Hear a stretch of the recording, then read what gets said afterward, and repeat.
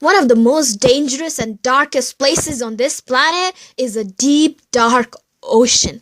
The deeper you go in the ocean, the darker it gets, until it becomes totally pitch dark.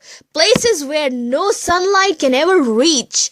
Most of the time it is extremely cold. And that's not it. If you were to try to swim or dive in the deep, deep, deep sea, bad idea. The pressure of the water alone will crush your bones.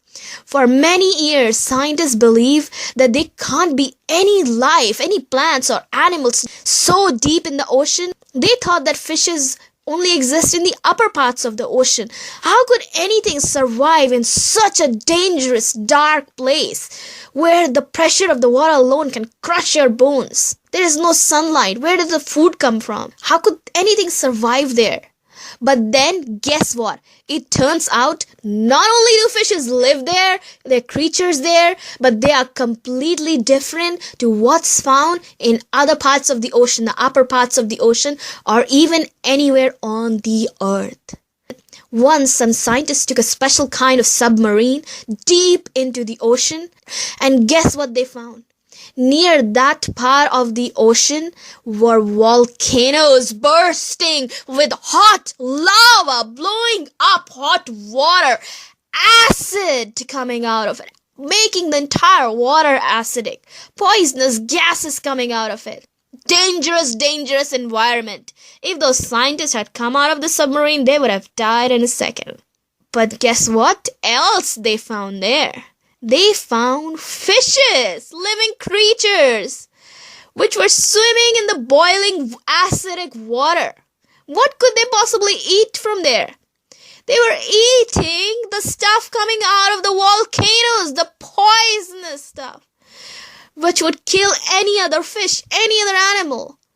How perfect is Allah, Ar-Razzaq, who provides for these creatures even in the deep dark ocean. Allah has taken care of them, provided for them.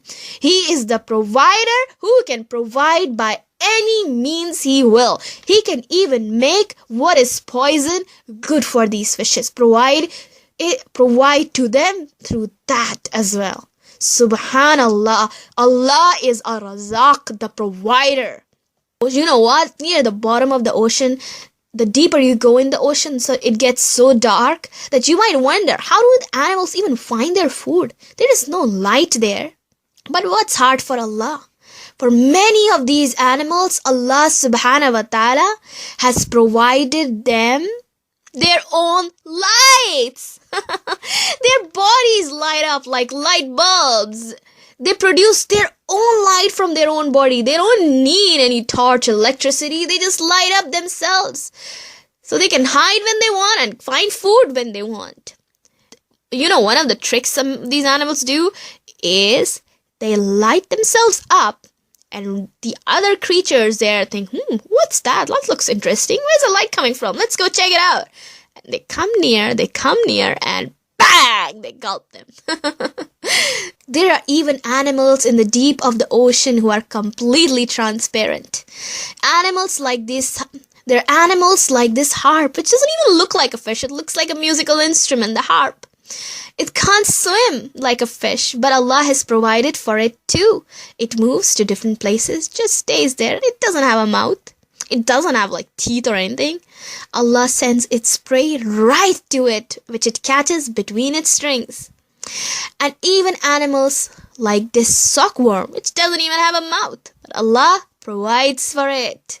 Allah provides for every tiny creature from a worm to a whale. You know, in just a teaspoon of water that you take from the ocean are over 1 million different types of creatures. 1 million in a teaspoon of water from the ocean. All eating each other or different things in there. Till this day, scientists can't even tell which one of them eats what. It's kind of really confusing for them. Allah is providing for all of them. And not just food, but oxygen so they can breathe in different ways. And you know what? That's not all animals need. A lot of animals like to stay clean. They can't survive in filth. So Allah has provided for them many ways to clean their environment. One of them are creatures who act acts like cleaner, like dung beetles, which make this tiny little ball of what? Poop. And that's their food, and that's their way to survive. And then through them Allah provides cleanliness. There are billions and billions of